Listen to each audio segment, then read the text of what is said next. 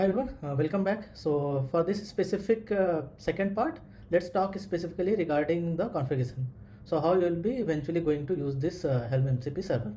So two options which I have already given. So the recommended way is to pull the Docker image. So I have already uploaded this Docker image into this registry, Docker Hub. So I will pin this information on the description of this YouTube video. So from there you can find all this information. Okay. And you will find all the details here in the docs section as well. Okay, so just go to integration and MCP, click this helm MCP server. Under helm MCP server you will find the configuration. Okay, so all you have to do is run this image as form of containers locally and you will be up and running. Okay, let's talk specifically regarding the what are the various available options or the configuration which you need as per your individual requirement. Okay, so there are a couple of environment variables which you have to set as per your scenario. Okay, so if let's suppose if you want to override the MCP server name, so all you have to do is override this environment variable. The same goes for MCP server version. Okay, this helm MCP server, so there are two transport layer or the functionality which has been exposed. Okay, so either it can be available as HTTP or STDO. STDO is just running like a Docker CLI or a running command. Okay, and HTTP by default it is exposed on HTTP mode. Okay, MCP host is 0.0.0, that means client can be accessed from anywhere. Okay, MCP port by default is 8765, so feel free to change as per your requirement. Okay, MCP path by default is /MCP path, so this is the path will be eventually utilized on the client while you will be configuring the MCP client to talk to this MCP server. So let's suppose you want to restrict certain actions, and when I say action, that means if you want to restrict helm install chart or upgrade or rollback or uninstall, then instead of true set it as false. So any actions which will eventually change the state of the cluster, that actions can be controlled by MCP allow right. Okay, so just keep this thing on mind. Apart from this, these all are pretty standard one. Okay, and the last one is the kube config. So in order to perform certain operation from MCP client to a Kubernetes cluster, for this helm MCP server we are utilizing the kube config. So by default it will pick from this path. If your kube config is on the other location, then feel free to change the variable. So this is how configuration looks like, and let's get started. Okay, so I will copy this command and I will directly paste on my terminal. Okay, so now I'm going to run this Docker image as form of container. I'm going to bind my localhost port to 8765, and inside the container by default it is listening on 8765, and my kube config is located under this location, and I'm going to bind this on the container. Okay, and the permission is read only. So it says the server has started, the server name is this, the transport layer which by default it has chosen is HTTP, and the server URL is this. So this is the URL which needs to be configured at MCP client, and you can see from the logs as well. Okay, so for this demo I will be showing one should configure anti-gravity to behave like MCP client, so to talk to this MCP server. Okay, and the other is the cursor. So let's cover the anti-gravity first. Okay, so if you'll see this three dot, right, just click this three dot. Under this three dot there will be options like customization and MCP server. So just click this MCP server.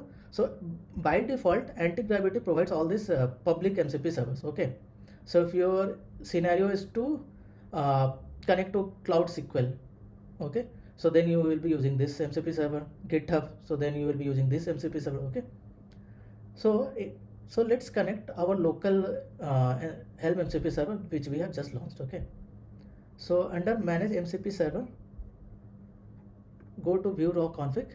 Okay, so previously I have already configured my MCP server, so this is the same URL which I have just copied. Okay, so specifically I mentioned disabled equals to true. So if you look at specifically this section, disabled is true, that means any request which will be coming to this MCP server, automatically it will get discarded. Okay, and disable tools, so if you want to disable certain tools, then you can put an entry. Okay, so for the demo let's make it false. Okay, so that means I will be going to take any request, and now let's say we'll refresh it. Okay, see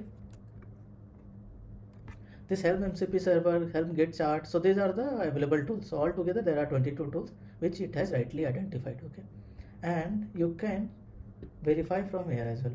Okay, so let's give some request. Okay, can you show me the available Kubernetes context?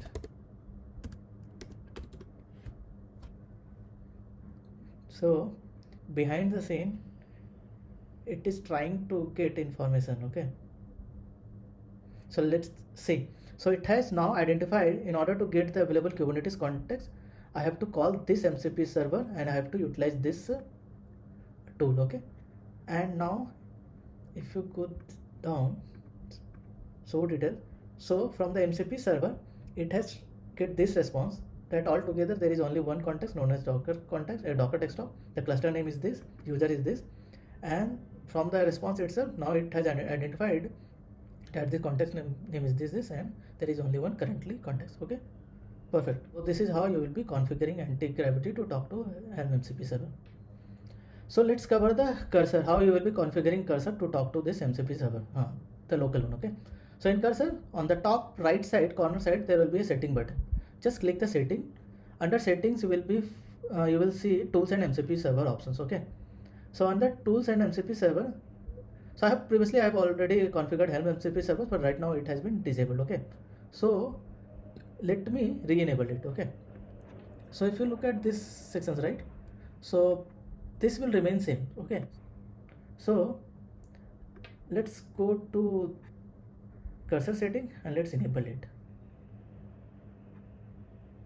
Okay, see, so now as soon as we have enabled this helm MCP server, it has also identified there are 22 tools. Apart from this tool, it has identified that there are other 7 prompts and resources as well. Okay, perfect. So this is how you will be configuring cursor to talk to helm MCP server, and you can check whether the requests which correspond to helm is going to helm MCP server or not.